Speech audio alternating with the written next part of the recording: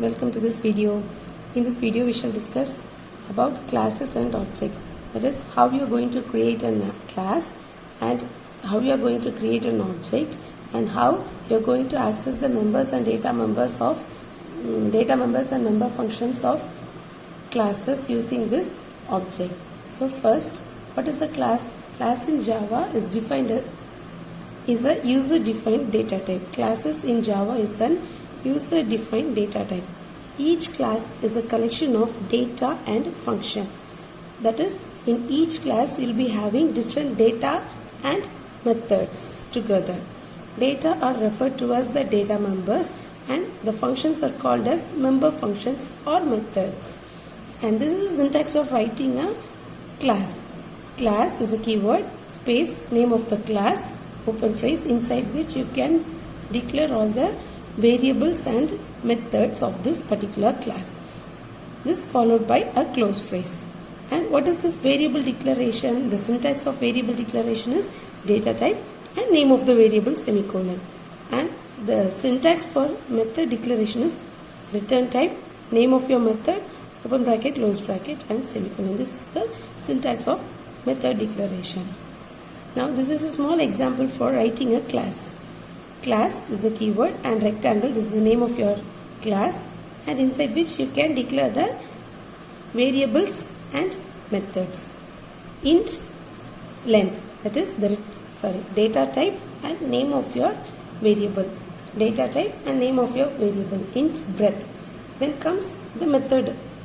Method, what is the syntax for writing a method? Return type, that is void. The name of your method, data, and here you can have the parameter list followed by semicolon, and this should be closed. So this is the syntax example for writing a class whose name is rectangle. So this is going to achieve the concept of encapsulation. Encapsulation means binding the variables and methods together into a single unit. You call it as encapsulation. Now writing the syntax for method definition. So what is method definition?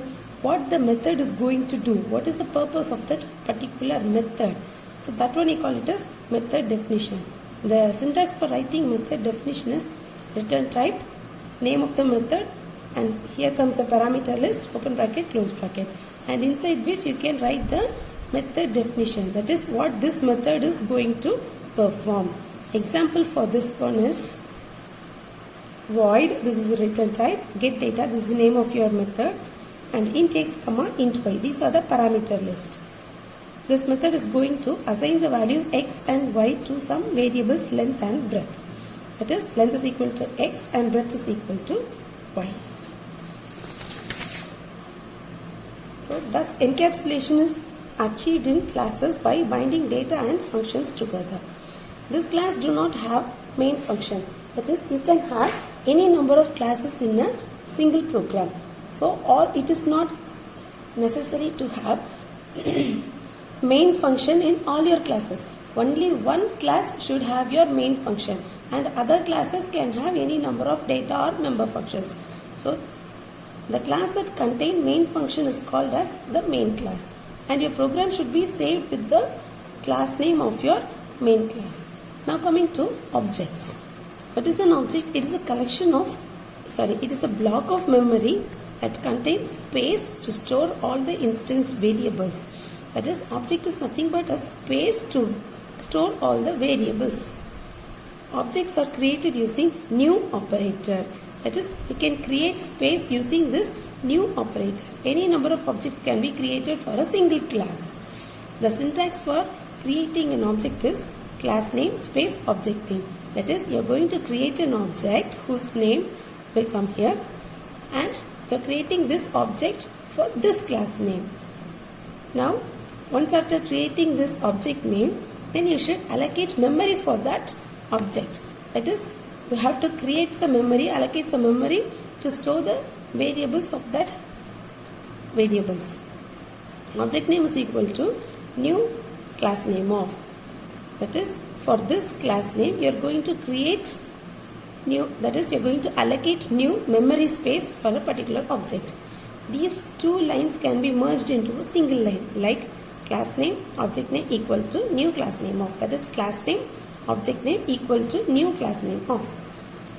This is an example for creating an object. That is rectangle, rect1 equal to new rectangle of. Here rectangle, rectangle. These both are class name. Rect1 is the name of your object and new is a keyword for allocating memory. And this is the name of your object. Now rectangle, rect2 is equal to new rectangle of. That is, for the same class rectangle, you are going to create objects named rect1 as well as rect2.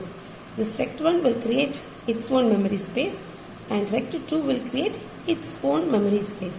Both are different, but these two memory spaces are allocated for the same class only. And now, how you are going to access those class members? Variables and methods cannot be accessed directly outside the class. You cannot directly access your variables and methods. It can be accessed only through objects created for that particular class.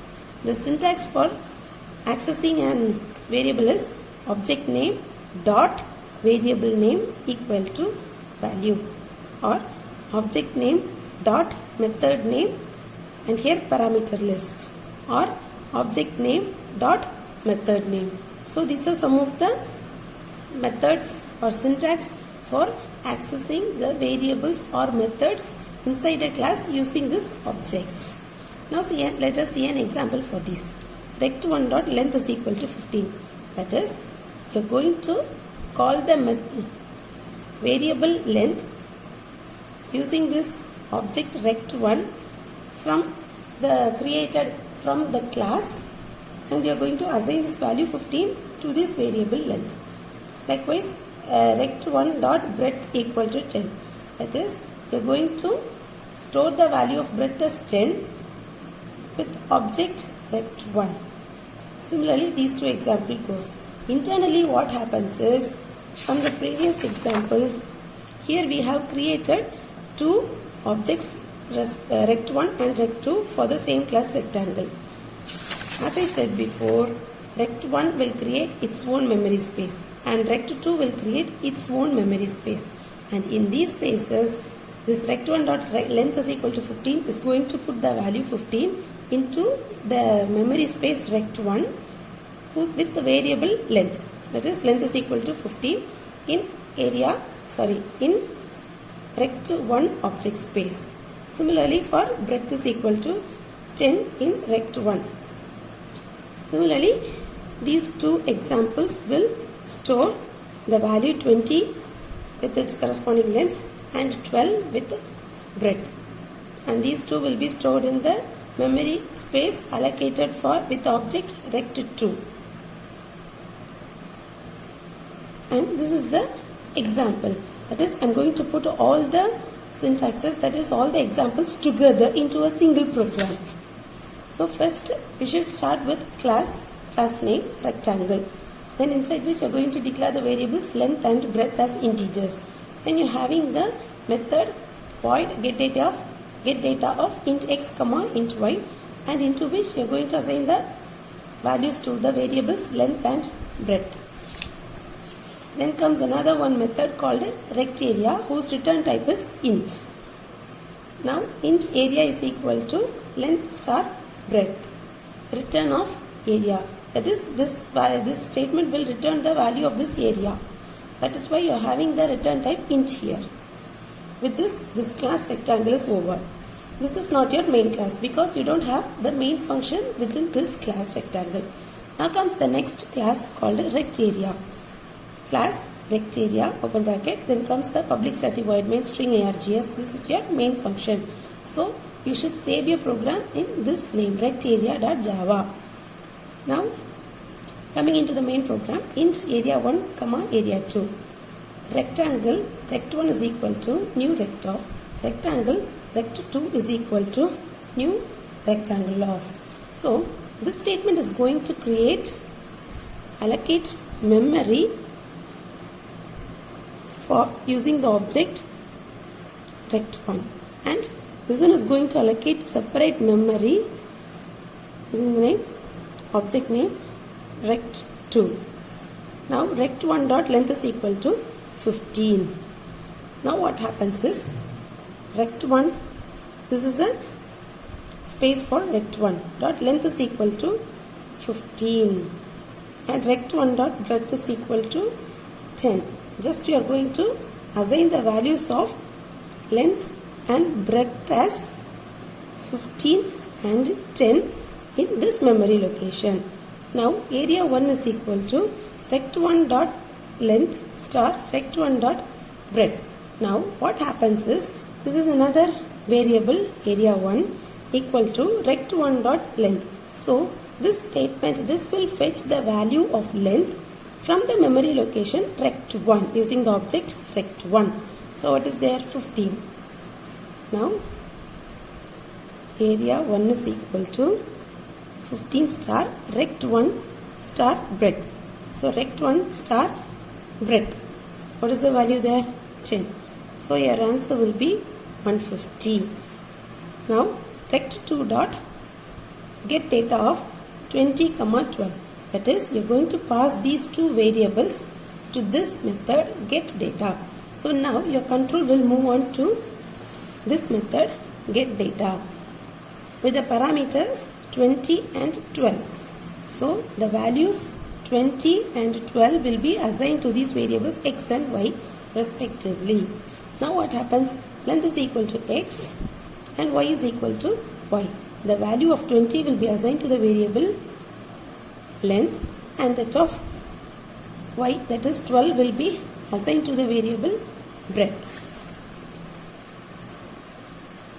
Then your control comes back to your main function. The next line. Now area 2 is equal to rect2 dot rect area of. Now area 2 equal to rect2 dot rect area of. So you are going to call this method area rect area using the object rect2. Now what happens? Rect area. Your control moves on to this variable. At this place, the value of length and breadth will be 20 and 12 respectively. So this will be multiplied there. So 20 into 12. That is, in this place, area equal to 20 into 12.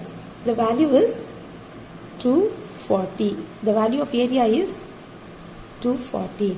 Then comes the statement return of area. So this statement will return the value as return of 240. That is why you have got the return type as int.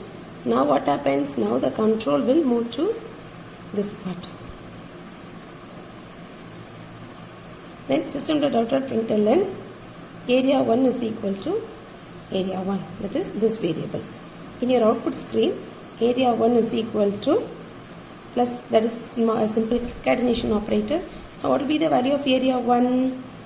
As we discussed before, it is 150. So it will be displayed. Then system.out.println rect area 2 is equal to area 2. So area 2 is equal to area 2. Now what is the value of area 2? The value 240 will be returned here. So the value of area 2 is 240. That will be displayed in your output screen. Thank you.